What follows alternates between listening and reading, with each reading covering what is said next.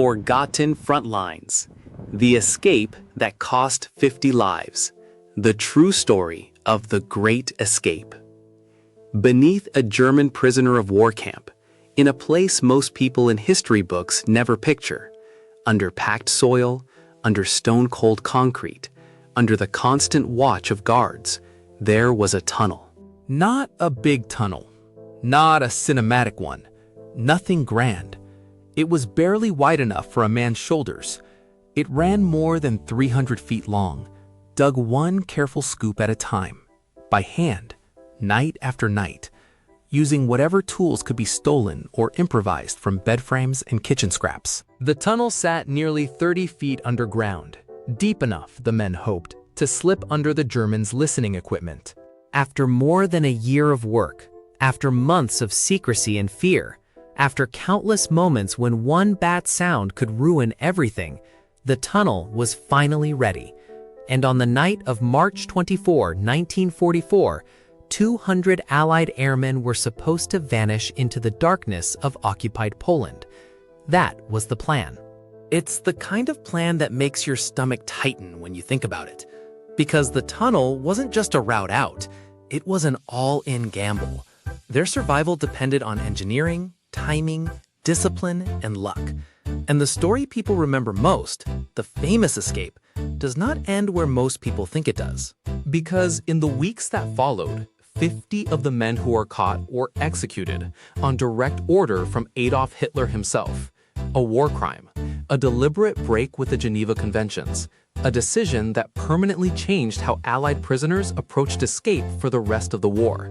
So today, let's step back from the legends and look at the real event, how it was built, how it unfolded, and how its cost became one of the darkest chapters of the war, beneath the banner of one of history's most famous escapes. A camp designed to stop men like them. By 1942, the German military had built a prison camp meant for a particular kind of prisoner. Allied Air Force officers. Not infantry soldiers caught after long ground battles. Not men taken in chaotic raids or swept up during street fighting. These were airmen, often shot down, often captured relatively early in their service, sometimes on their very first missions. Many arrived at the camp young, fit, and highly trained. They didn't just know how to fly or navigate, they knew how to think through problems, how to troubleshoot, how to measure, and how to keep working when something doesn't work the first time. That mattered because those qualities, technical skill, patience, and persistence, also matched the kind of mindset and escape required, and the Germans knew it. Stalag Luft III, the camp in question, was placed in a region of what is now Poland. It wasn't just fenced and guarded like a basic prison. It was engineered with escape prevention in mind, with details that show how seriously the Germans took the escape threat. The soil around the camp was pale and sandy, close to the surface, and light enough in color that anything excavated would stand out. If you dug a tunnel, the sand couldn't just disappear into the background, it would show. The barracks sat on raised foundations, high enough that guards could look down beneath them, reducing the chances of hidden entrances and concealed construction. Seismic microphones, devices designed to detect the vibrations from digging, were positioned around the perimeter. German commanders didn't rely on one layer of security. They tried to build a net made of many layers: sight lines, patrols, technology, dogs, roll calls. Even the overall shape and placement of the camp suggested the same idea. If men are determined, we will design the prison to make determination harder. So, when Allied prisoners inside started dreaming about tunnels, the Germans weren't ignoring them. They were actively preparing for the possibility, which is exactly why the escape that came later is so astonishing. It wasn't just daring, it was resisting a system that had been built specifically to thwart escape. The Air Force prisoners' escape culture. Inside Allied Air Force POW camps, escape wasn't treated as some random side hobby. It was talked about, it was planned, and it was in many ways considered a duty, part of the war effort, even while behind bars. If you were a ground infantryman, you might have been exhausted by combat. You might have been captured late, worn down by months of fighting. but many airmen were captured while still early in their service. They arrived at camps with sharp skills intact: engineering knowledge, navigation experience, mechanical understanding, even the habits of disciplined problem-solving they'd learned in training. So the prisoners didn't just have time, they also had the mental tools to try, and they had a structure. Older or senior officers often formed escape committees. They didn't just hope for escape, they assessed it, judged it, and rationed scarce resources. They treated escape attempts like operations, complete with careful security and strict rules about not giving away information to the wrong person. Because there was always a risk. One careless conversation, one brag, one prisoner who could be pressured, bribed, or interrogated. Even something small could reveal months of secret planning. So the culture wasn't reckless. It was disciplined. It was organized. It felt to the prisoners themselves like a kind of wartime professionalism, except the battlefield was underground. That's the context that makes the next part click. How one man turned that culture into something far bigger than anyone expected. Roger Bushell and the idea that got too big to fail. One prisoner at Stalag Luft III stood out. Roger Bushell. He wasn't just a dreamer. He had already tried to escape before arriving at this camp. At least 2 times he'd broken free from German custody, only to be recaptured. But each time he learned something. Each recapture didn't end his thinking, it fed it. When Bushell arrived at Stalag Luft III, he didn't approach escape like a small stunt. He approached it like a long-range project. Months of planning, engineering, paperwork, and coordination. And his ambition was extreme. Instead of aiming for a simple breakout, maybe a handful of men, maybe a quick tunnel, Bushell proposed something truly audacious. 3 separate tunnels, built at once. 3 exits meant redundancy. If one tunnel was discovered, the entire operation wouldn't collapse. Another tunnel could still work. The tunnels also weren't just shallow.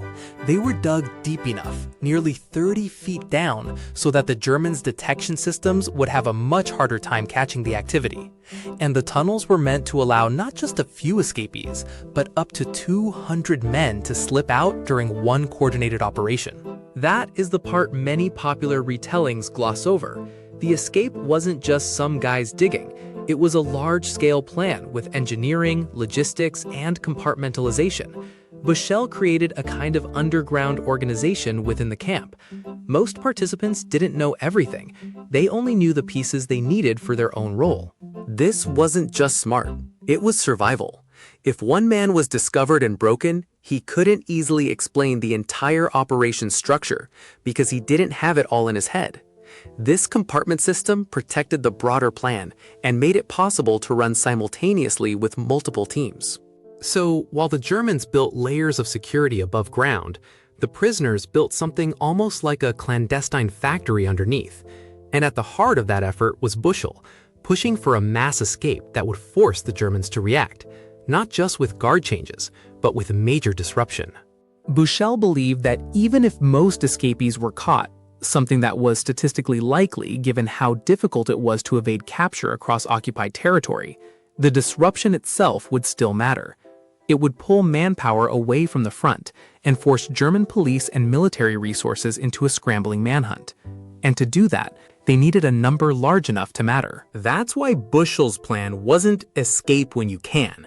It was escape and escape at scale. Tom, Dick, and Harry. The 3 tunnels. The 3 tunnels were given code names: Tom, Dick, and Harry. You could hear how clever that was even without understanding the details.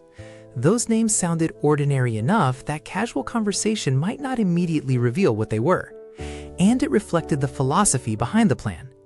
If guards found one tunnel, the others could remain secret long enough for escape to happen. Each tunnel started in a different location within the camp. Different barracks buildings, different points of entry.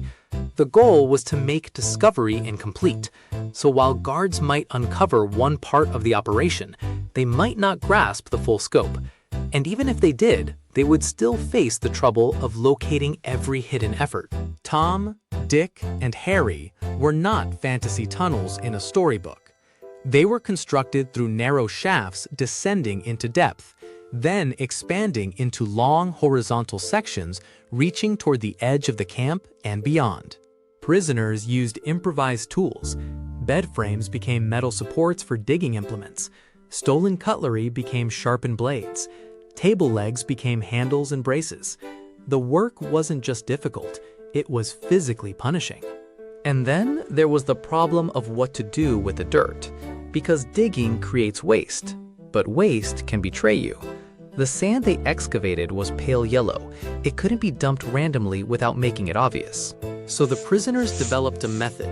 They sewed small bags that could be concealed under their clothing and released sand gradually while walking casually around areas where the camp's ground already contained similar soil. It was ingenious and exhausting.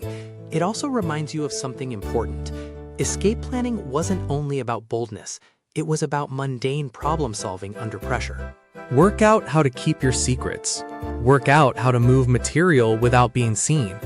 Work out how to survive the day afterward and the day after that, because you couldn't take breaks forever. You had to keep it hidden long enough for the final night.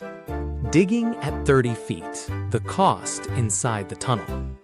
When people imagine tunnels, they often picture dark corridors like in a movie. The reality for the tunnel diggers was harsher. The space was cramped, narrow enough that a man couldn't stand comfortably, narrow enough that progress meant lying flat and moving carefully with every scoop. Lighting was crude. Prisoners used improvised lamps, margarine tins filled with fat, and a wick made from cloth. Those lamps produced thick, acrid smoke. Even when the light helped them see, it made the tunnel feel like breathing through a burned-out doorway. Workers coughed and suffered lingering irritation even after they came out. Air was another threat. Diggers moved in cycles.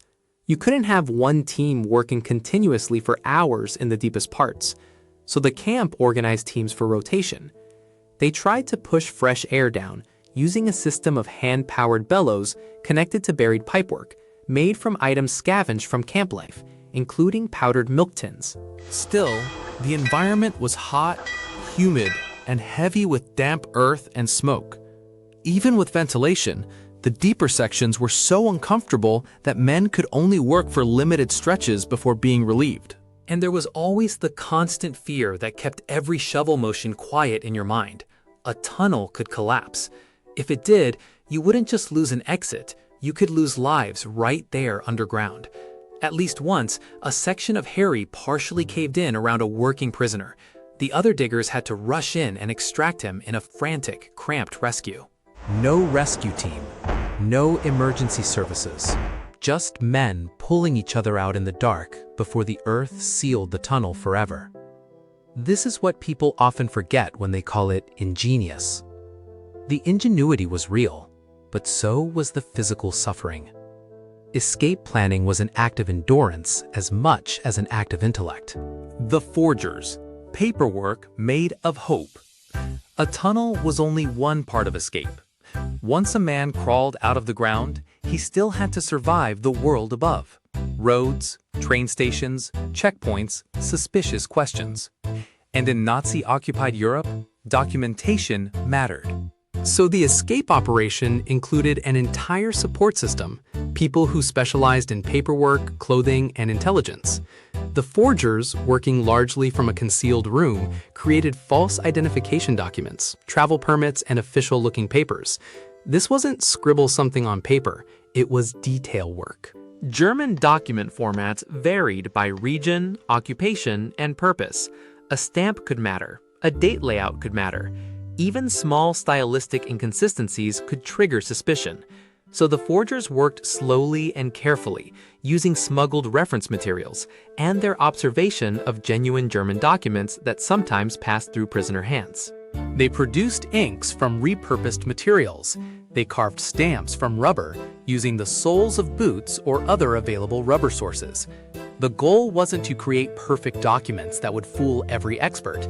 It was to create documents good enough to pass casual inspection and strong enough to hold up during the stressful uncertainty of early escape, when men needed to move quickly and avoid long interrogation. If you've ever tried to use an ID that's slightly off, you know how quickly things can unravel. Now imagine the stakes. One error and the escape ends, and punishment follows. Alongside the forgers, the operation needed clothing that could blend into civilian life. Tailors and disguises, becoming somebody else. Escaping airmen couldn't just run out in flight gear and hope for the best. They had to look like ordinary civilians. So within the camp, tailors adapted military uniforms and scraps of civilian clothing into believable disguises. It wasn't sewing as a hobby, it was sewing as survival. They had to account for how clothing sat on the body, how it looked in motion, and how it held up under scrutiny. But clothing alone wasn't enough. Men also needed cover identities, stories about where they were going, why they were traveling, who they worked for, and what papers they carried. So the escape network collected intelligence too, knowledge of German geography, rail schedules, and border security procedures. Prisoners with familiarity with languages or local conditions helped map routes toward neutral territories like Sweden or Switzerland, or toward Allied-controlled areas further away. This wasn't a solo adventure. It was a team-built plan that tried to steer each escapee toward a realistic path out of danger. Engineering for escape, more than a hole in the ground. Even the tunnel operation relied on engineering solutions. Prisoners built systems to assist excavation, a rudimentary rail cart arrangement so soil could be transported along the tunnel length more efficiently than carrying it by hand. They also improved ventilation by using hollowed-out tins to create air shafts. You don't need to think of this as modern construction. Think of it as men making a machine with no factory, no power tools, no proper supplies, just what they could steal, scavenge, and repurpose. It's a reminder. An escape attempt was a full process. It demanded coordination, roles, and tools. And that kind of organization makes the next part even harder to absorb, because the Germans discovered the operation. Not once, not twice, multiple times. Ferrets. When the Germans close in. Inside the camp, the prisoners had a mocking nickname for the guards who searched aggressively: ferrets. The ferrets weren't just casual inspectors. They searched barracks buildings and grounds with determination, trying to find evidence of escape preparations.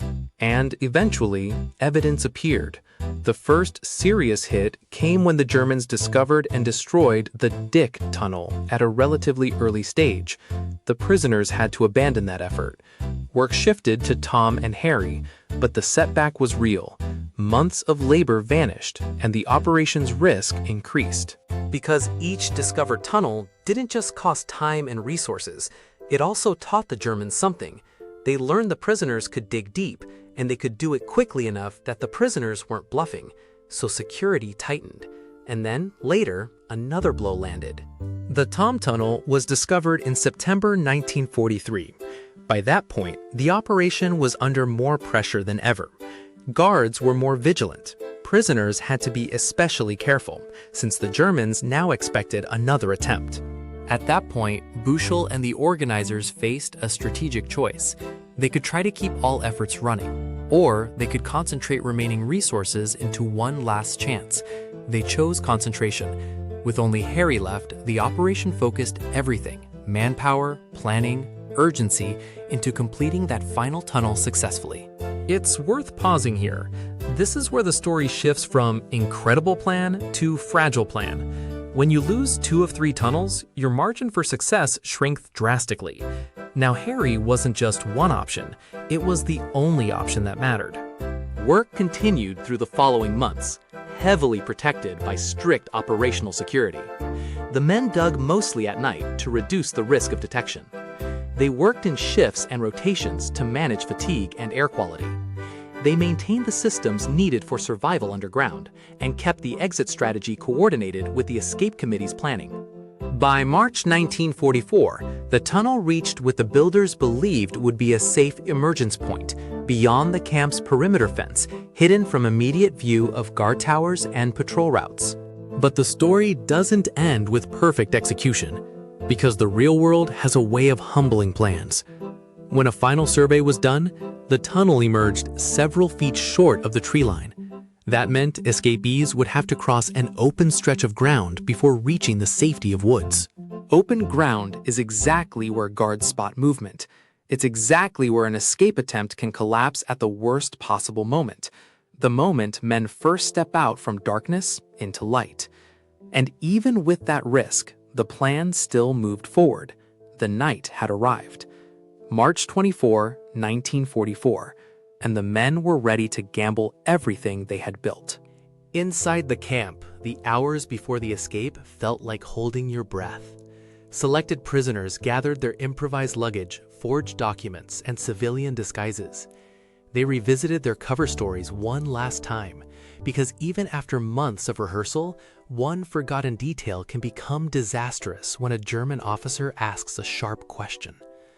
Organizers moved quietly between barracks buildings, coordinating movement to tunnel entrances at assigned times. There was discipline in every step. The operation wasn't improvising, it was executing. And yet, execution is never as smooth as planning. Even at the start, the tunnel operation didn't go exactly as expected. First, the tunnel's exit point was in the more exposed area than planned, forcing men to run that short distance across open ground soon after emerging. Second, moving a large number of men through the tunnel proved slower than organizers had predicted.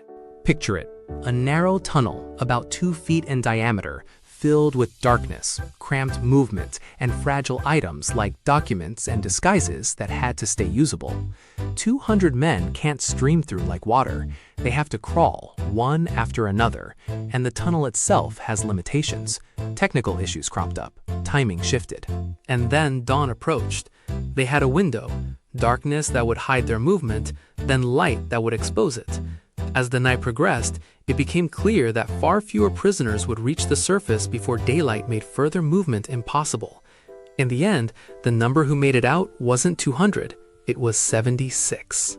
76 men crawled through the tunnel and reached the surface before the operation was discovered. And that discovery came not through some dramatic battle.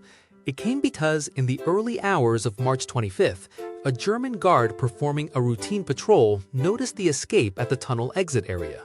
The manhunt, when the hunt becomes bigger than the prison.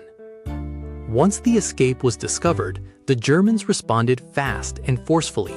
It wasn't limited to the camp. It turned into a large manhunt across the surrounding region, drawing on German police, military units, and even civilian resources. That was part of what Buchel had predicted the Germans would have to do. The mass escape would create disruption. But disruption comes with a horrifying twist when the response becomes not only an attempt to recapture men, but an attempt to punish them beyond law.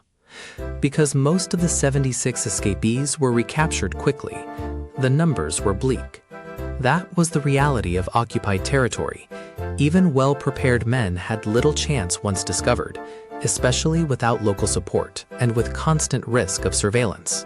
Only 3 of the 76 men ultimately made it all the way to genuine safety, meaning they reached neutral territory or Allied-controlled areas without being captured. And that 3 isn't just a statistic. It's the difference between a story ending in survival and a story ending in execution. The 3 who made it, Sweden and Spain. 2 of the 3 successful escapees were Norwegian pilots serving with the Royal Air Force. Language and regional knowledge mattered. The ability to speak and blend in, especially in environments where local understanding could guide a traveler toward the right contacts, gave them an advantage. They made their way toward the Baltic coast, eventually securing passage on a ship bound for neutral Sweden. From there, they could return to Allied service. The 3rd successful escapee was a Dutch officer. His language skills and understanding of Europe's rail network helped him move strategically through occupied territory, using forged documentation. He traveled towards Spain, eventually reaching Gibraltar, and then returned to Allied hands. These 3 weren't superhuman. They were people who happened to align their skills with opportunity at exactly the right time. Language, direction, travel routes, and a bit of fortune. The tragedy is that the others did everything right up to a point too, but the margin was too small. The real dark turn, Hitler's order. Now we get to the part that shocks people, even when they know the general history. Among the recaptured men were those who were not treated as POWs should be treated under international law. Instead, Adolf Hitler ordered their execution.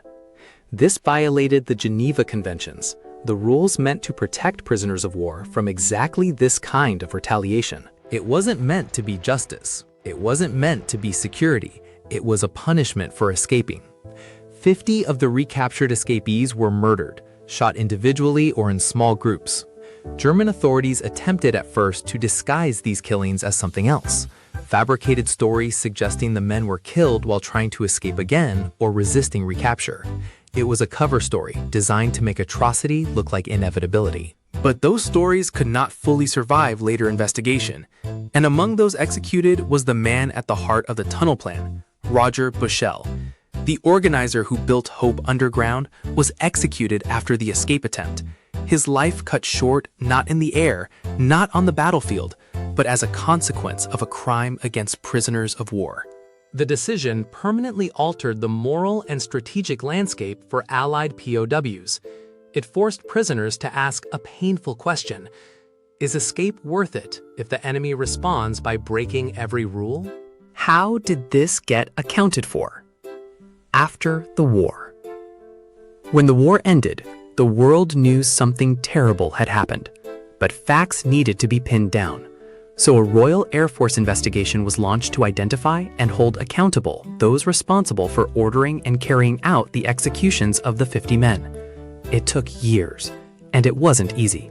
One of the reasons the aftermath was complicated is that the 50 murdered prisoners weren't killed in a single location. They were executed in scattered groups across multiple sites. That scattering wasn't accidental.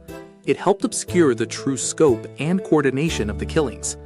Investigators had to connect names, places, dates, and roles across a defeated and fractured Germany. They worked with surviving German administrative records.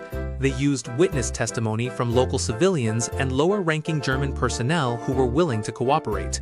They cross-referenced travel and personnel records to determine which individuals had been present at each execution site. Eventually, several individuals identified as responsible were tried and executed for war crimes in the years after the conflict. Not everyone who might have had responsibility was found or brought to trial. No investigation on this scale ever catches every participant perfectly, but the effort still mattered. It made a statement. Deliberate murder of POWs wouldn't simply disappear into the chaos of war's end.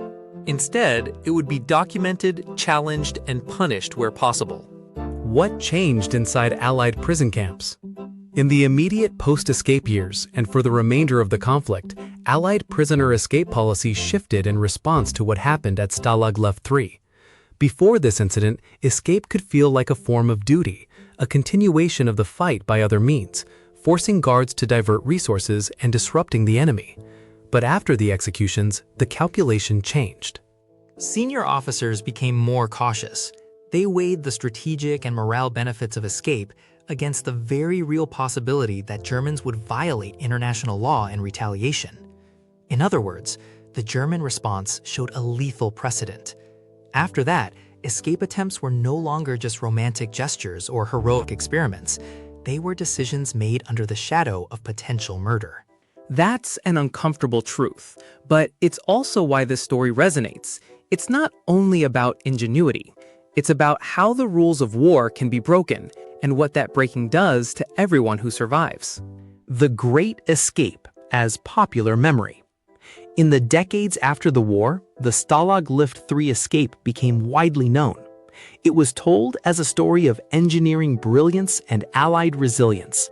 It fit into a heroic narrative, men outwitting the enemy through planning and courage. And those elements are real. The tunneling itself, dug by hand deep under the ground with improvised tools, was extraordinary. The operation's scale, supported by forgery, tailoring, intelligence gathering, and disciplined security, was extraordinary too. But popular memory also simplified parts of the story, and the most famous simplification came through film. A 1963 movie based on the events captured the drama for a general audience. However, it took creative liberties with certain details. One major example stands out.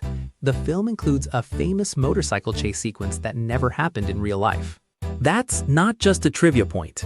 It's a reminder that when stories become legends, they can drift away from the truth. The truth is still remarkable without the Hollywood chase. The truth is enough to make you sit quietly and think about what was done by people with no resources except patience, skill, and determination. The tunnels are still there. Even today, the physical tunnels remain beneath what is now Polish soil.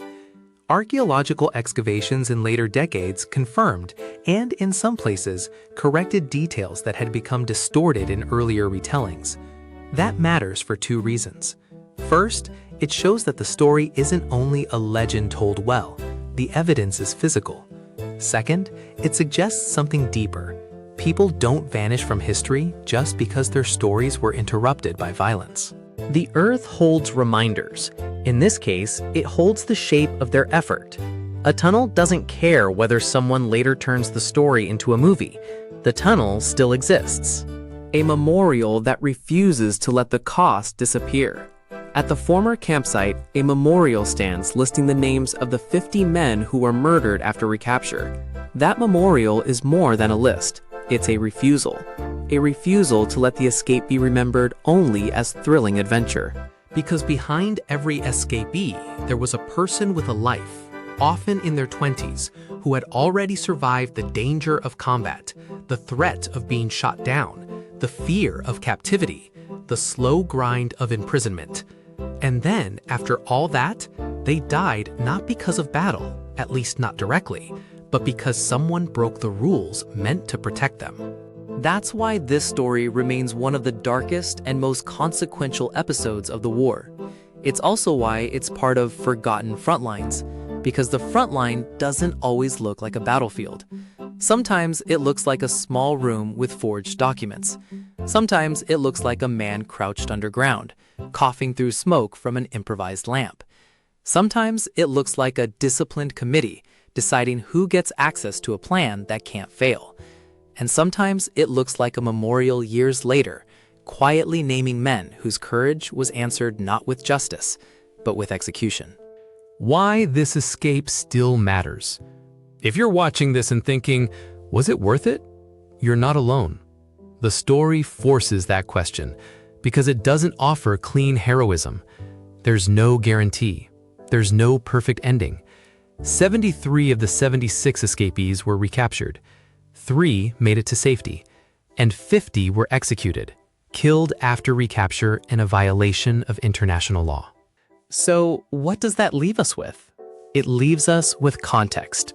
It leaves us with the reality that prisoners weren't just waiting to survive captivity. Many wanted to fight back in any way they could, even when freedom was uncertain and punishment was possible. It leaves us with the understanding that escape wasn't only about the tunnel, it was about discipline and teamwork and hope. And it leaves us with a warning about power. When one side decides the rules don't apply, it changes everything, including how the other side must measure risk. That's the consequence of Stalag Luft III. It wasn't only a historic escape, it was a historic moral collision. The Germans responded with a willingness to cross a line that even many military officials recognized as unacceptable, yet enforced it anyway. And the prisoners responded by rethinking what escape could cost. That change echoes beyond this single camp. It echoes through the rest of the war's final stretch. The men who built their way through darkness. When you imagine those tunnels, try to picture the people inside them, not as symbols, as men. Men who lay flat in a narrow space, moving dirt with whatever blade and tool they could hide. Men whose lungs burned from smoke. Men who learned to work in cycles because the air couldn't support continuous effort. Men who carried pale sand in hidden bags, releasing it little by little to avoid suspicion. Men who crafted paper identities and carved stamps from boot soles. Men who tailored clothing out of scraps and stitched a believable life from fragments. And at the end, men who crawled out into an exposed patch of ground, rushed across open space, and tried to disappear into a country that was watching for them. 76 managed that. 3 survived long enough to reclaim freedom, and 50 were murdered. Those are the facts. Now consider the emotional weight behind them. Not every plan succeeds, but the effort itself can still be an act of resistance. That's the part that shouldn't get lost.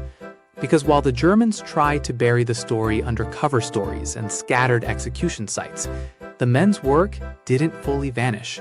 The tunnels remain, the names remain, and the reminder remains too. That escape in wartime is never only a thrill. Sometimes it's a gamble with the highest possible price. Final word, remembering the real story behind the legend. The Great Escape became famous for its daring, but the most important parts of the story are also the parts that demand you look closer. The camp wasn't a casual prison. It was built with escape prevention in mind. The prisoners weren't random. They were often young, skilled airmen with an institutional culture that treated escape like duty. The tunnel operation, Tom, Dick, and Harry, was a massive, compartmentalized, carefully engineered effort.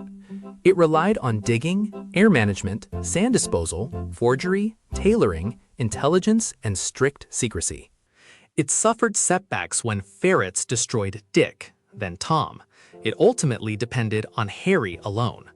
The escape began on March 24, 1944, with the emergence point short of the tree line and the movement slower than planned. 76 men escaped, only 3 reached safety, and 50 were executed on Hitler's personal orders, an atrocity under the shadow of the Geneva Conventions. That's the truth behind the title most people know, and it's exactly why this story belongs in the category of forgotten front lines. Because it isn't just about getting out.